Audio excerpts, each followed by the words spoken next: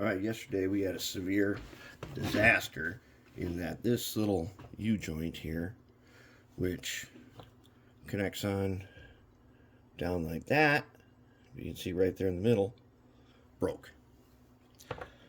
And so what I did was I went and I found in my box of Athearn Blue Box parts something that looked close to the same. Here's a little U-joint that is very close. Okay, it wouldn't fit on that shaft. So what I thought we were dealing with 5/64 shafts, but we're dealing with 3/32 shafts. To get this to fit in that place, I used a number 43 drill bit. I didn't know this at the time. I just kept finding ones that would fit until I could find one that would do the trick. But now that I know it's a number 43, that number sounded familiar. And what I have here, which is fading out, is the Katie 246 tap and drill set. This one happens to include the number 43 clearance drill. I didn't use this one. I took it out of my index. But because I remembered that 43 was used in something, that's where you could get one. Now, what I had to do was, one, this is too long. So I had to shave it a little, cut a little bit off.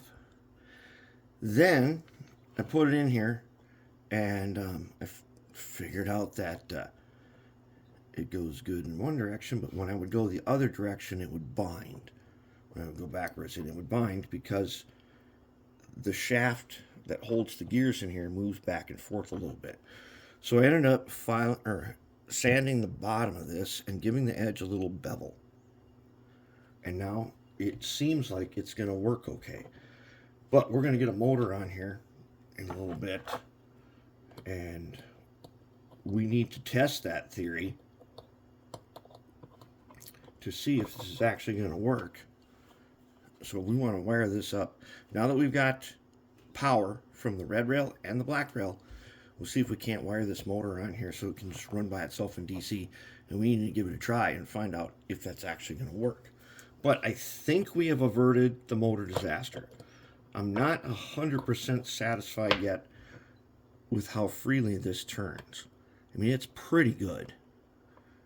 If there's any more binding, and it almost feels like there might be a tiny bit, then I'll have to take it apart again and do it. But the way you check to put the new U-joint in is these two screws here. This screw and this screw. When I put them together, the ball joint is in that universal joint, and it is all the way to the end. It is right up against it. It doesn't go in any farther. And that's when I would start sanding off the bottom side of it until these two screws aligned with the holes in this frame that goes here.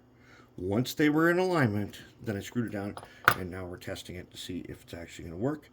And what we got to do is get a motor in there and see if we can actually make that happen. It'd be nice if I could just attach onto this with my, you know what? As long as we're doing this, let's give it a try. I don't know if this will actually work, but I'm going to take this chuck and see if I can put that on there.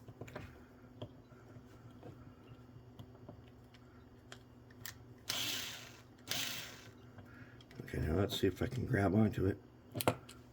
Be low enough? Maybe. If we are, let's try tightening it up and see if we can get a grab on that shaft.